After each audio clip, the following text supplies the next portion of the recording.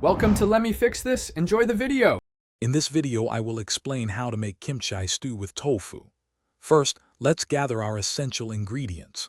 You'll need well-fermented kimchi, a block of soft tofu, and your choice of protein, perhaps pork belly or mushrooms. Don't forget your aromatics like fresh garlic, ginger, and green onions.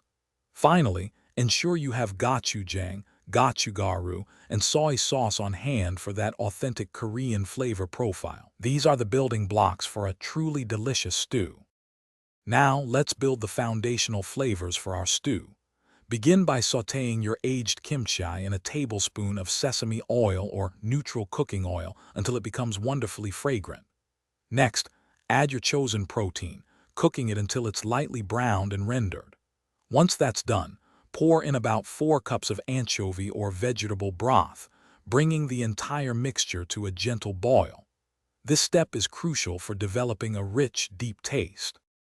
With the base simmering, it's time to incorporate the star of our dish, the tofu. Gently add your cubed soft tofu directly into the stew, being careful not to break it apart too much. Now, stir in 1 to 2 tablespoons of gochujang, 1 tablespoon of gochugaru, and a splash of soy sauce to taste. Let the stew simmer for another 10 to 15 minutes, allowing all those incredible flavors to meld together beautifully. Adjust seasonings as needed. Your delicious kimchi stew with tofu is now ready to be served. Before digging in, garnish each bowl generously with freshly chopped green onions and a small drizzle of sesame oil for an extra layer of aroma. This hearty and comforting stew pairs perfectly with a warm bowl of steamed white rice.